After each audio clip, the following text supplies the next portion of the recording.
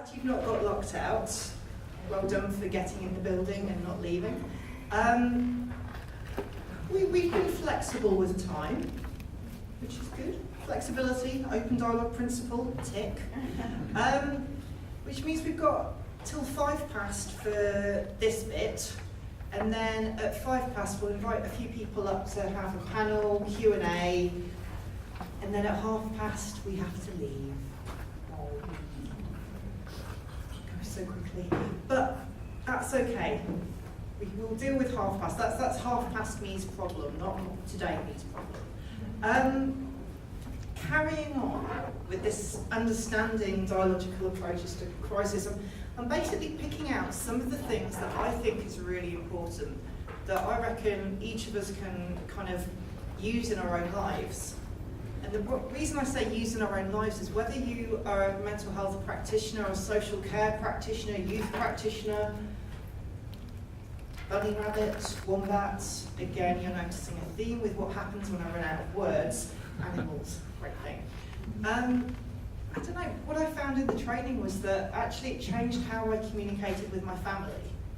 I'm aware some of the people in the training today have done family of origin work, which was the most powerful work that I've ever done in any training, which meant actually having conversations with my family. Like, it's so much nicer on training when you don't have to think about yourself, or you can think about yourself in isolation, but you don't actually have to speak to anyone about it in your family. Yet these crazy things were like giving us tasks each week, each session. You know, initially it was easy. You know, maybe interview your family about when you were young, do a genogram, something like that. And then over time it got more and more complicated or intense. Like, write letters to your family about how you manage difficulties, and then they write you back. Things like that. And yeah, some of the most transformative stuff happened in those sessions, not learning about the theory, not actually trying to practice it, was looking at my own social network and how that works. But it makes sense, doesn't it? Because we shouldn't work, I don't think, with people in their networks if we don't really understand what we're asking of people to actually be vulnerable in front of people that they live with or that are in their lives. If we can't do that in our own lives, what the hell are we doing encouraging others to do that? Because it's big stuff. So, that aside, polyphony.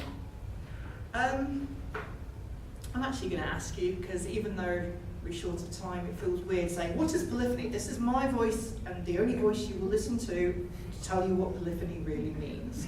It's just nonsensical, isn't it? So, what do you think polyphony means? Like, what does it mean to you? Because there is a lot of noise.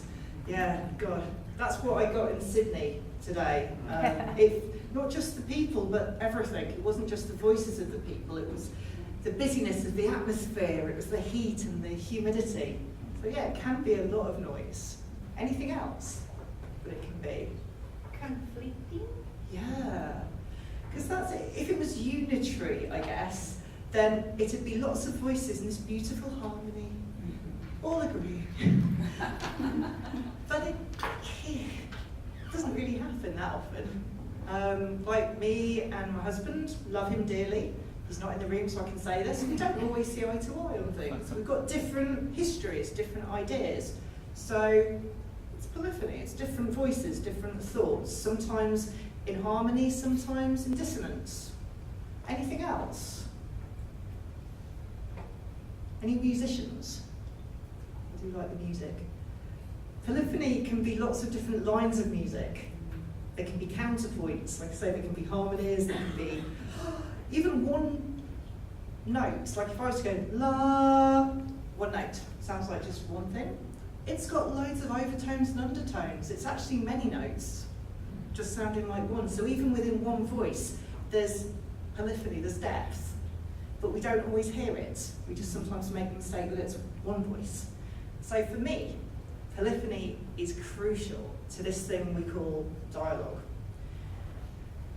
One of the ideas, and again, this is what we got taught in the theory part, that there's horizontal polyphony. So me and my husband disagreeing, horizontal polyphony. Me and my dad with our different political opinions, horizontal polyphony. If I ask you about Brexit, It's a thing we're going through in England. Yeah. I imagine there'll be different perspectives in the room about it. The same with any political, religious, social topic. There'll be differences of opinion. That's vertical, horizontal polyphony, what's in the room.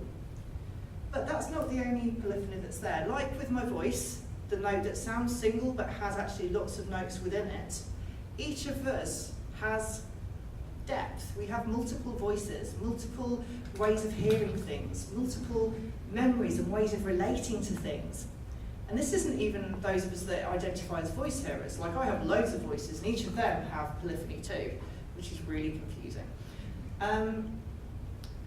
It's kind of, if I talk to you about my birth experience, that's something that's live for me, and I was talking with a friend of mine that's recently had a baby, and as we talked, we were talking as recent mothers. So if I was to talk here about my birth experience, some of you might be listening as mothers, as fathers, as aunts, as uncles. Some of you might be listening as healthcare professionals. You might be using different ears to understand what it is that I'm saying. It might be as a woman. Whether or not you've had children, you might be relating to some of the kind of physical aspects of my story. It might be as a child, having heard your parents' birth story. Could be in lots and lots of different ways, but that influences what you're able to hear from my story and how you then respond to it. So that's one of my ideas about polyphony. And there's this beautiful idea that took me a while to get my head around. And it's when we're listening to someone's story, someone's words, someone's utterances, one idea is that we're not just listeners or recipients, we're actually co-authors. This sounds weird, doesn't it? Because I think my story is my story, so if I was to tell you my narrative, surely that's mine, right? But then if I questioned each of you afterwards about what I said, we'd have like 80 different perspectives on it. Because something happens when we listen, it gets filtered through whatever ear we're using to hear it, and we interact with it, we ask it questions, we relate it to our knowledge and our prior experience. We listen through our expectations, but we're entering into a dialogue with it already. And so we're co-constructing it. Again, this is just one particular view of what dialogue is, but it's something I find quite useful. So how does polyphony help us with dialogue? Good question. Because, you know, it sounds a bit like musical hokey-pokey, but for me it's possibly the most useful part of thinking about dialogue in this work. Why?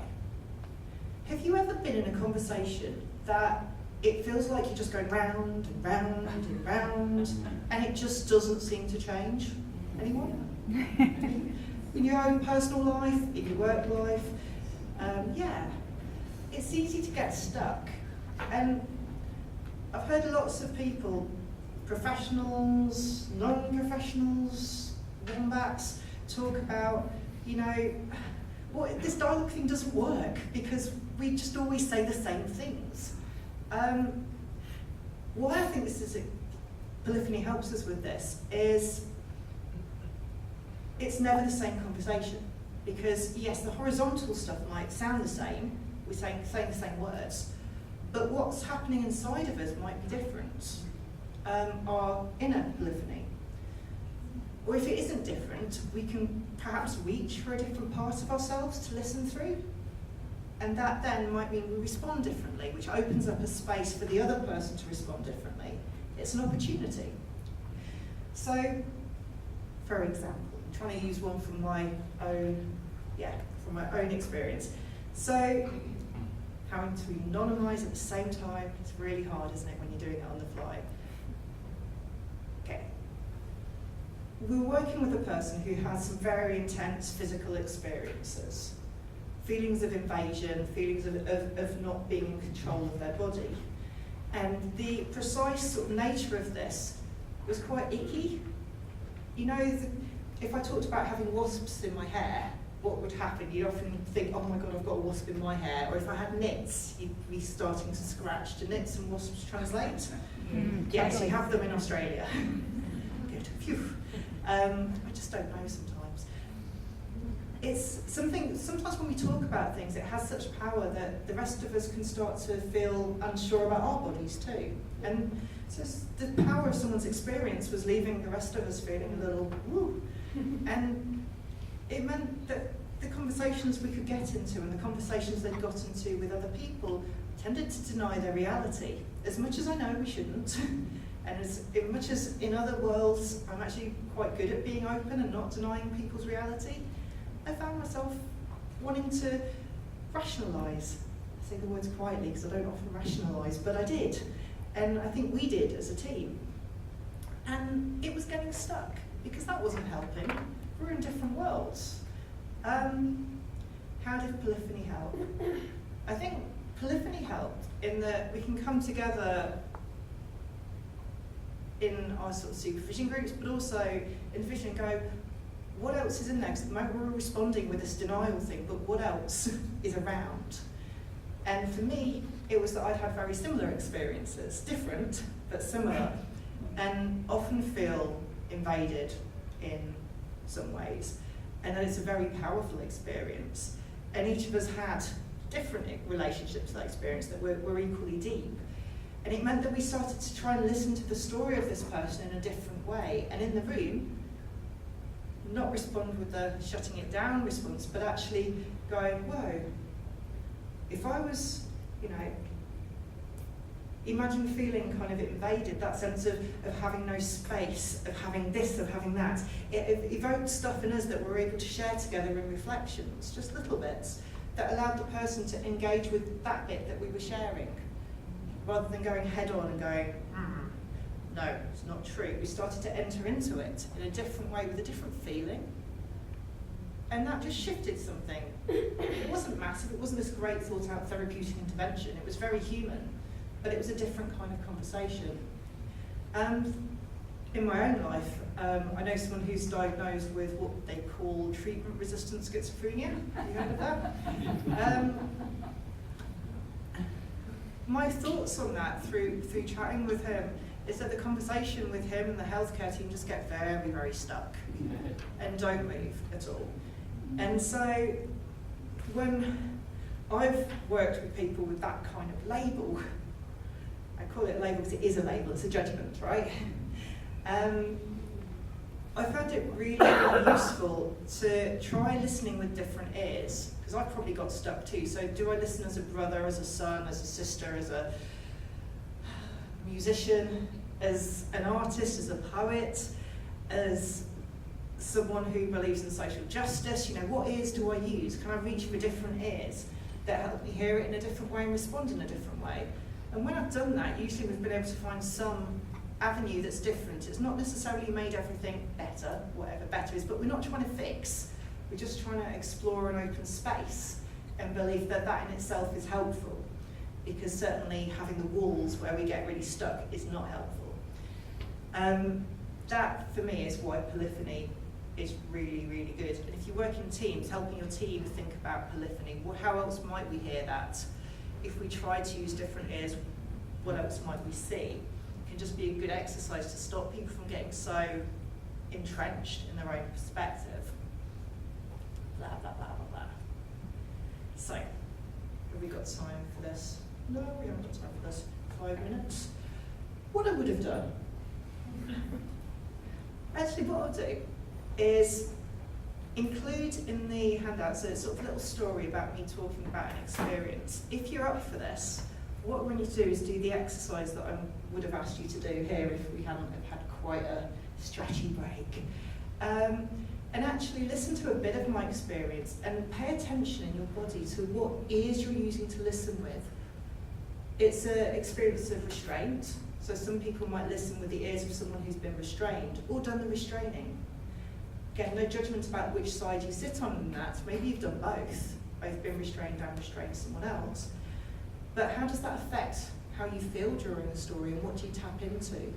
You might be there as a woman, you might be there as someone that has been unable to move, that's felt trapped at some point in your life. There's so many ways of relating to it. All of this is brilliant fodder for conversation. Once when I did it, someone related to the experience of being in a seclusion room, not being able to use the toilet, from being at primary school and really wanting to go to the loo but not daring to put your hand up. That might seem really sort of left field, but actually many of us have had experiences that can connect with my experiences that seem too weird or too odd. You don't go, yeah, I know what you feel, because I remember being in primary school. Don't do that. Again, that's owning the experience. But it allows us to sort of say, if you sort of mention that, then I can go, yeah, I did feel childlike at that point. And I felt frightened, that it might open up something new. So yeah, if you like, have a little go. I think what I'm going to finish on, because I'm going to try and attend to time, it's a bit about where do peers fit into this, because this is very obviously a therapeutic process. You know, it came from therapists, it's been implemented by therapists, and as someone with lived experience who wasn't a therapist, I wouldn't have been allowed on the training here because I wouldn't have met the criteria of having a professional qualification, which sucks, right? I'm pretty damn skilled, and so are lots of other people I know within the survivor movement. But the path that Open Dialogue has gone on for lots of very sensible reasons, pragmatic reasons, excludes us until we become therapists. So I have become a therapist technically. I've done the training. I've just got to hand in my thesis, which is a teeny bit late, but it's going to happen. I had a baby. Yeah. It's very hard doing both. I'm now on the table, sort of writing about it. So I worry that it excludes survivor voices systematically, and not through persons wanting to exclude it. It just wasn't on the table when it was developed. It wasn't there. And now it's reaching cultures where survivor voices are loud, proud, and maybe a little bit angry at times. It's being challenged. And I think for Australia and for England, it's thinking about how do we involve survivor voices right from the start. I don't think it's something you can bring in. I was at Italy actually, and it was really great, but a few years after the implementation, I was talking about survivor voices at a conference on Open Dialogue, and the survivors in the room were going, why are we not at the table? And they felt very let down, I think, that they hadn't been invited earlier, and they're only now a few years down the line thinking about it. And the idea was that, well, we just need to get it started and then bring people in gently. Kind of no, actually. In these cultures where we've got loud survivor voices that have a wealth of experience, there's a lot to learn from it. There's quite a lot in the training made of sort of getting rid of the clinical gaze.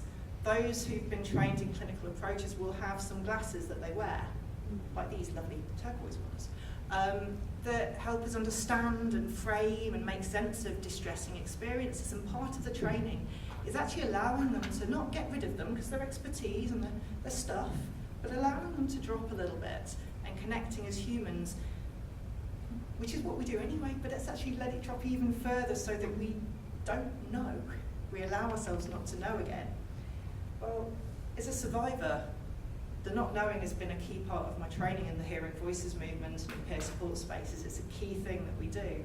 The using of our lived experience, the connecting authentically, because that's what it's built on. It's a relational way of being. Great. Messy emotion, shame, disgust, someone mentioned yesterday. This is where we live our lives often. Those of us that have spent years learning our own stuff and helping each other with our stuff, you know, this rich history of survivorship that I talked about earlier, this isn't new to us. And certainly my role in the team wasn't as the peer who comes and tells her story. I was helping people learn how to share their story within the work. When we talk about these human things like shame, parenthood, grief, I was helpful in supervision. I'm a trainer. I help to train the team. These are things that we can be a resource. It's not that we're better at, but there is a different expertise in that needs, I think, to be brought to the table as often as we can. And there are people with lived experience in the training, but it's this qualification bit that I think is the challenge, because I feel we need to recognise a different expertise. And hopes for the future. Taking over the universe? No. My hope is simply that this doesn't become recovery, that this doesn't become co-opted, diluted, that the RCT in England doesn't be the death of open dialogue in England, where we then do very short trainings and package it, and what happens to exciting innovations once they get systemised? They often lose a lot of the vibrancy. My hope is that we can retain it. My hope is that this is a community response and that communities become energised by it and we don't keep it purely in the academies. It's a very natural thing that I value the training, but I think, I don't want it to become this specialised thing that only the privileged few have access to. So there's some of my hopes. I think what I'd like to do is invite the panel up, because I'm just going to stop blabbering at you. If you want more, make sure we've got your email address. I'm guessing Kath has already got that, and I'll send out lots of reading and stuff so you can resource yourselves and hear more about these things. But yeah, how about the panel? Come on guys, whoever the panel is.